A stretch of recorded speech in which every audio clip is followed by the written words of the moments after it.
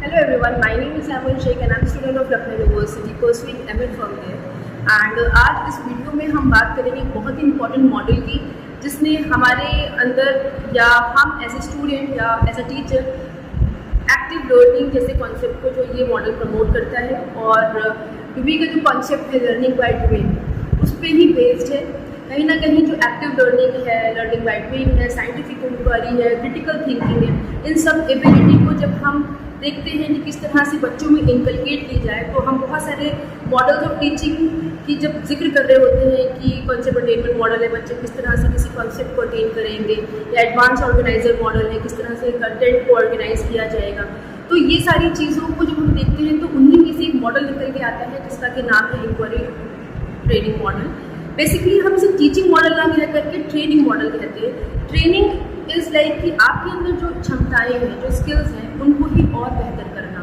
तो इस मॉडल का भी यही पर्पस है कि जो बच्चों के अंदर एक इनबील्ट एबिलिटी होती है क्यूरियस हो जाना, किसी भी जब भी हम किसी ऐसी सिचुएशन में होते हैं जिसका हमें सॉल्यूशन नहीं पता होता या एक्सप्लेनेशन नहीं पता होता है कि ऐसा क्यों हो रहा है या ऐसा क्यों है, तो हम क्यूरियस हो जाते हैं, हम जानना चाहते हैं। क्यूरियोसिटी हमारे अंदर का बेसिक इंस्टिंक्ट है। तो इसी क्यूरियोसिटी को बेस बना करके ये मॉडल आया है इंक्वायरी ट्रेनिंग मॉडल, जो कि बेसिकली फोकस करता है कि अगर बच्चों के अंदर एक्टिव लर्निंग को प्रमोट करना है तो हमें उन्हें ऐसे सिचुएशंस देनी पड़ेंगी या उनको इस तरह से ट्रेन करना पड़ेगा कि कोई भी प्रॉब्लम है तो उसका जो सॉल्यूशन है वो खुद फाइंड आउट करें। एक्टिव लर्निंग को ही बेस बना करके रिचर्ड सचमैन ने जो एक मॉडल दिया जिसका कि नाम है इंक्वायरी ट्रेनिंग मॉडल। इस मॉडल के कुछ असम्पशंस हैं। Number 1, all knowledge is tentative, मतलब जो भी हमारे पास ज्ञान है वो अनसर्टेन है, इट कीप्स ऑन चेंज। ऐसा नहीं है कि जो ज्ञान हमारे पास अभी है वो स्थिर रहेगा, वो चेंज नहीं होगा।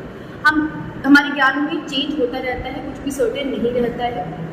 क्यों ऐसा होता है? क्योंकि हमारा दूसरा असम्पशन जो इस मॉडल का है कि curiosity is the basic instinct of human being, यानी हमारे अंदर क्यूरियोसिटी है, हम एज ए ह्यूमन बीइंग हमेशा क्यूरियस होते हैं।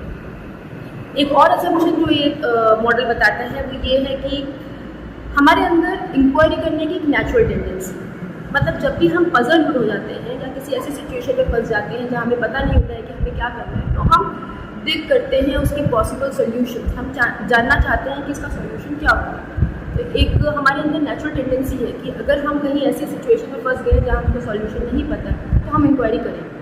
दूसरा, किसी भी एक प्रॉब्लम का एक ही सोल्यूशन नहीं है या मल्टीपल सोल्यूशंस, तो उन सबको समझना, ये भी एक असम्पशन है। ये कुछ नेचुरल इंस्टिंक्ट्स हैं इन ह्यूमन बीइंग जो कि वर्क करते हैं, इस मॉडल को का बेस बनाते हैं। ये मॉडल में रिचर्ड सचमैन यही कहते हैं कि बच्चों के अंदर जो ये एबिलिटी है, इंक्वायरी स्किल है, उसको इनकलकेट किया जाए। उनको ये बताया जाए कि everything can be solved bye scientific processes, और कोई भी नॉलेज जो है वो टेंटेटिव है, मतलब जनरल थ्योरीज और प्रिंसिपल्स बनाए जाते हैं, कुछ बन के नहीं आता है, सब कुछ बनाया जाता है क्योंकि कुछ फैक्ट्स होते हैं। उन फैक्ट्स के बेसिस पे हम कैसे कंक्लूजन्स को ड्रॉ करते हैं, ये इसका कुछ फोकस एरिया था इस मॉडल का। So this model work in 5 phases. Number 1, confrontation with the problem, यानी जो भी प्रॉब्लम है टीचर उस प्रॉब्लम को बच्चे को इंट्रोड्यूस करेगी, उस पजलिंग सिचुएशन से इंट्रोड्यूस करेगी। उस पजलिंग सिचुएशन को रिचर्ड सचमैन ने एक टर्म दिया है विच इज़ कॉल्ड डिस्क्रिपेंट इवेंट। बच्चे उस इवेंट को समझेंगे और वो टीचर जो है वो प्रोसीजर बताएगी कि किस तरीके से आपको ये प्रॉब्लम को सॉल्व करना है। मतलब वो प्रॉब्लम को सॉल्यूशन नहीं बताएगी, वो प्रोसीजर बताएगी कि how you are going to solve this problem, क्या आप एक डायरेक्शन को फॉलो करोगे which is scientific in nature. Then बच्चा सेकेंड फेज में आएगा which is called data gathering या वेरिफिकेशन। जो भी रिलेटेड ऑब्जेक्ट्स हैं या जो रिसोर्सेज हैं उनको वेरीफाई करेगा, जो भी पॉसिबल सॉल्यूशन है या जो इन्फॉर्मेशन है रिलेटेड टू दैट प्रॉब्लम, उनको वो इकट्ठा करेगा, गैदर करेगा और वेरीफाई करेगा। इस बीच वो टीचर से सवाल कर सकता है, बट टीचर जो है वो एक सिंगल आंसर देगी, वो येस, नो या मे बी उसके डाउट को थोड़ा क्लियर कर सकती है, लेकिन पूरा सॉल्यूशन प्रेजेंट नहीं कर सकती। तो येस, नो और मे बी वो उसके डाउट्स को क्लियर करेगी और गाइड करती रहेगी time to time, so that वो एक डायरेक्टेड वे में चल सके। Next is data experimentation. अब डेटा एक्सपेरिमेंटेशन में बच्चा जो है जितने भी उसने जो भी इररिलेवेंट वेरिएबल्स होंगे उनको आइसोलेट करेगा, जो भी वेरिएबल हमारे इस सॉल्यूशन में हेल्पफुल नहीं है और जो किसी काम के नहीं, उनको अलग करके जो हमारा मेन वेरिएबल है उस पर फोकस करेंगे और एक कॉजल रिलेशनशिप फॉर्म करेंगे, क्योंकि एक्सपेरिमेंट है, साइंटिफिक नेचर है, तो एक कॉजल रिलेशनशिप फॉर्म होगा जिसमें कि क्या कॉज एंड इफेक्ट है, किसी ये प्रॉब्लम किस रीज़न से हो रही है, वो एक रिलेशनशिप इस्टेब्लिश होगा वहाँ पर। उसके बाद एक्सपेरिमेंटेशन हो जाने के बाद फेज़ 4 आएगा, जिसमें कि डेटा को जो हाइपोथेसिस है उसका फॉर्मुलेशन होगा। जो भी डेटा गैदर किया है उसको ऑर्गेनाइज करना, उसको फॉर्मुलेट करना और एक हाइपोथेसिस को फॉर्म करना, ये होगा फेज़ 4 में। और last phase is analysing this whole inquiry process. ये इस पूरे प्रोसेस को एनालाइज करना कि ड्यूरिंग ऑल दिस प्रोसेस क्या क्या इन्फॉर्मेशन रेलेवेंट रही, क्या इनरेलेवेंट रही, क्या हमारे काम आई और किस किस इन्फॉर्मेशन ने हमें मिसलीड किया, इसको और बेहतर तरीके से समझना ताकि और एक अच्छे हम सॉल्यूशन तक पहुंच पाए, इफेक्टिव हो सके हमारी ये पूरी इंक्वायरी।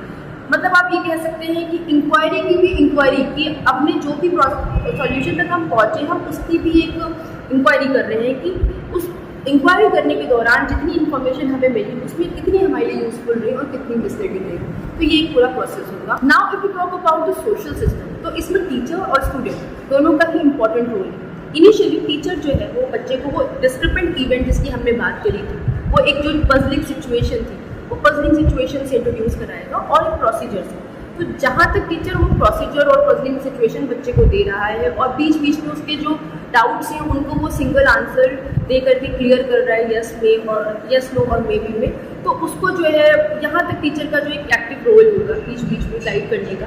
लेकिन ज़्यादा जो रोल है, जो ज़्यादा पार्टिसिपेशन है वो स्टूडेंट की, because this is whole and sole autonomous procedure of learning by student only.